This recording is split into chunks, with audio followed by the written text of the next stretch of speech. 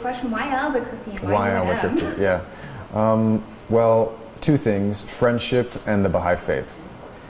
And they're sort of the same thing that I can explain. A close friend of mine, I'm a Baha'i, friend of mine who is a Baha'i, also knew some students here at UNM. And so the UNM Baha'i Club invited me if I wanted to speak, if we could find a subject that was something that we thought was like really interesting, inviting people into essentially the community building activities that Baha'is around the world are engaged in. You know, regardless of faith, regardless of age, regardless of background, really built around the unifying principles of Baha'u'llah, the essential principle being the oneness of humanity, the consciousness of the oneness of humanity. So how do we come to recognize that? So me being a public figure, you know, to some degree, friends here thought it might be interesting for me to share my story about how I, in an industry and a culture that is, you know, has a lot of materialism and self, you know, at its core, you know, what has been my experience of coming to these teachings and striving every day to orient myself towards a life of service and sacrifice, you know, to others, which seems to be the key to happiness. We all kind of know that ism, that age-old ism, but it's like, how do we really live that? And that is, I think, that's one of the things we use the Baha'i teachings as a resource for. Okay. Yeah. Well, are you going to talk about, I assume, the film industry a little bit, or your experience as well? Well, yeah. I mean, I think it's all related. It's like, partly it's a conversation, so half of it is going to be a Q&A, which I am most interested in, to be honest. Like, I'm sure I'll say what needs to be said if that's a thing, but I'm really interested to hear from people, and particularly young people. You know, it's like the period of youth is a really significant time in life where if we can take our developing powers and kind of hone them and train them and discipline them with this attitude towards service, I mean, you know, you can kind of set yourself off on a path you never could have conceived of, and it's so again, like, I think for me, coming to it actually kind of late in life, like in my late 20s, having already had 15 years of a career in television, you know, so I mean, I think for me, yeah, it's been an interesting path, and it sounded like others might find it interesting, so I'm here to tell my story as much as that is interesting and helpful, and then beyond that, I'm really interested in what others are sharing. What's the most valuable piece of advice you've gotten for your career, or even in life? Yeah, you know, I would say, this qualifies as advice. Let your heart burn with loving kindness for all who may cross your path. That is something from the Baha'i writings that actually I think I have seen. Some of my closest friends now are people who've come up to me because they recognize me. I'm thinking of two people, namely. And they're both young. They're both about like 24, 25. And a person in my position often is, sometimes just through exhaustion and time management, like, doesn't feel as though they could have a meaningful conversation with everybody they meet. And it's true, maybe you can't have a meaningful conversation with literally everybody you meet. But if you have an orientation towards, like, really seeing the world as an international, as a single community to some degree, an interconnected, interdependent, global community of potential friends. I know it sounds, I know it might sound a little saccharine, but there's just there seems to be a lot of misperceptions and misconceptions about others that are making public conversations more and more divided and volatile. So if we let our hearts burn with loving kindness for all who cross our path, I mean, it's a tall order.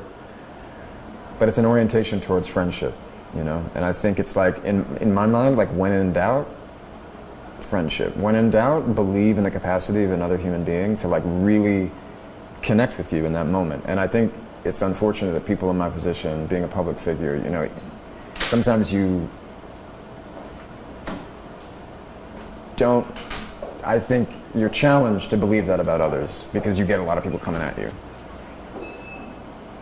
So everyone that's attending tonight, is there anything you hope they take away from tonight in the conversation? To be honest, that is a really deep question. I can't purport to know what it is that each person needs to take away from a conversation like this one. So I hope that a number of people have their curiosity piqued, their intrigue is sparked.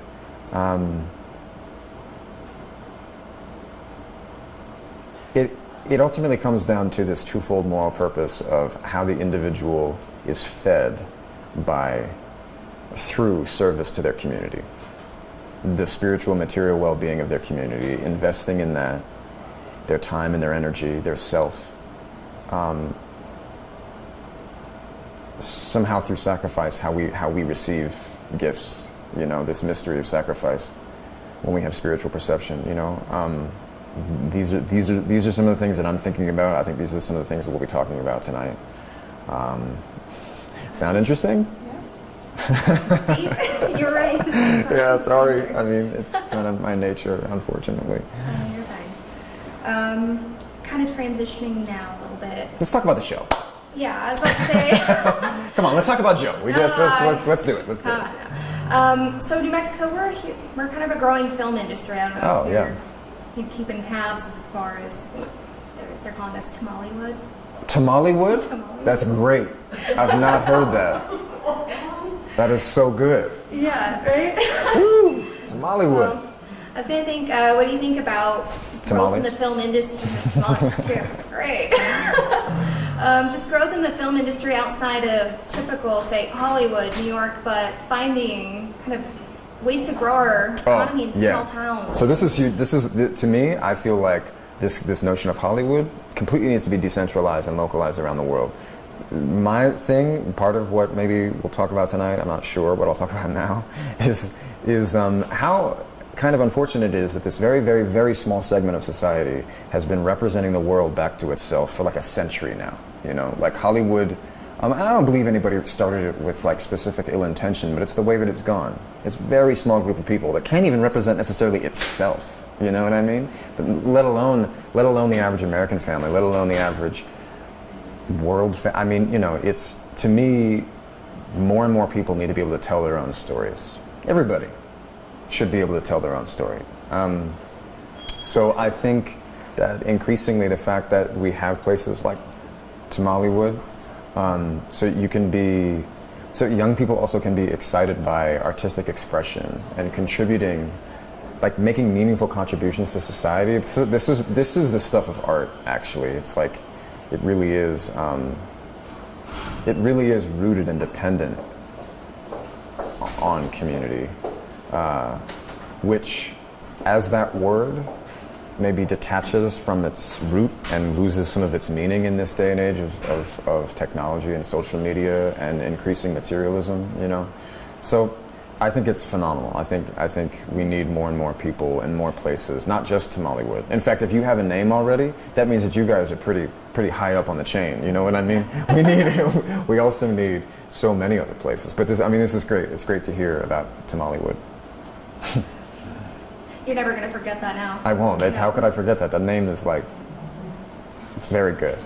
Spot on. Well, you have experience with Netflix then, since you was on Netflix. They actually just opened their production hub here in Albuquerque. So do you think services like Netflix kind of jumping onto the scene and Hulu and Prime and all these kind of sources, do you think it's very vital to the film industry? Do you think it's changing it? I'm not sure. To be honest, the way that people consume media has surprised everyone. Try to explain cable to a 10-year-old. Go ahead, I'll wait. Fair enough. Or dial-up. Or the fact that you needed to, like a desktop PC. You know? I mean, the way we consume media is just, it's just advancing faster than anyone can predict. So, to me, Netflix and Hulu and all these things, they are not so much these sole genius iterations, or rather, they're not these sole genius kind of like leaders in this new media. I think it was going to happen. Somebody was going to do it. Somebody was going to have the capacity. It was going to happen. People are going to stream. You know, it's going to decentralize as it has. So I think it's just like the tides of the industry, the tides of media systems are changing. Is that vital to the way that it might be ultimately destabilizing to the way things are done, and it may never be the same. We may be witnessing some like great sea change, you know, and initially it's so slow you can't recognize it as such, but whatever the case, I do think it's good, because I think it means that more people can make things, more people can watch things, and hopefully that means that then we see a lot more meaningful content. Well, kind of transitioning to you. Yeah. With Netflix having this production hub here, I mean, we saw season 1 was New York, season 2 LA. I think we could see Joe and Love move to Albuquerque. Yeah, Joe's coming to Albuquerque. No doubt. No. You know, they got to take him somewhere after the 3rd season. I think the 3rd season. I can't say. I mean, it would be really irresponsible of me to try and say something. But it could be season 4, season. Can this show go 5 seasons? I don't know. The concept is pretty tough. I think Joe's got to go to prison or die after season 3 or 4. I think. I don't know. I don't. There's no justice there. So maybe Albuquerque, when You is about, like, you know, a woman. I don't know. Your future Spawn. Yeah. Hey. Oh, that's right. Yeah. Hopefully she's good. Hopefully she gets away from her parents. I don't know that she's a girl, but that's what Love thinks. Spoiler alert, sorry. You could put the spoiler alert before. There we go. You should have a Chiron, Yeah. come up at the bottom that says spoiler alert before I say that. That works. Well, and spoiler alert, do you have any theories about that season 2 cliffhanger with the neighbor? No, and I said some things off the cuff that then people thought I was debunking these theories. I literally know nothing. I'm an actor. I'm not a writer, you know? So I literally don't know. People have been saying it's his mom. People have been saying it's... I think that's the one that I remember the most. I mean, she looked too young to be his mom. That's all I can say. That was a young arm. That was. You know? Well, with, I assume then season 3 is delayed a bit because she's still writing the book? Actually, it's not dependent on the book anymore. I mean, Oh, they're okay. really kind of like their own things. I would say the series is distinct from the book, you know? It just has to be different because we watch it. The book is all in his mind, which is really a place to be, you know? Whereas the show, you're not quite so in his mind. You actually can't, in the same way, be in his mind when you're watching something, So no, we're kind of doing our own thing. I'm sure they're in conversation. I mean, Carolyn and Sarah. Carolyn is the writer of the book. Sarah is the writer of the series. They're in conversation. But they're also doing their own thing. I'm reading the book right now. That's well, just anything you want to add that I missed? Maybe if there's ongoing message to all these people that see Joe is so charming and Yeah. wonderful and he's a bit of a serial killer. I would say that there's nothing wrong with finding Joe charming because we've created a device that is it's toying with people in order to create this conversation. That's what I think. I think it's a bit of a social experiment. The fact that the show is so viral, it kind of needs that sort of attention in order to generate that kind of conversation. And I also don't think it's great to have a show this popular with this guy at the center of it if we're not thinking about the themes more deeply and wondering, like, man, what is this? Why do I like this guy so much, you know? I mean, some of it might be a testament to me and my performance, but it really does have to do with a lot of the identifying factors of a body that then end up being privileges in life. They're not privileges unto themselves, like being white, being a man, all of these things, being American. They aren't intrinsically anything. It's how you were born. You can't control that. But they do, in our society, equate to genuine, they mean something, you know? It does mean that you will have certain opportunities that others won't, and vice versa, you know? So, to me, the show is about that.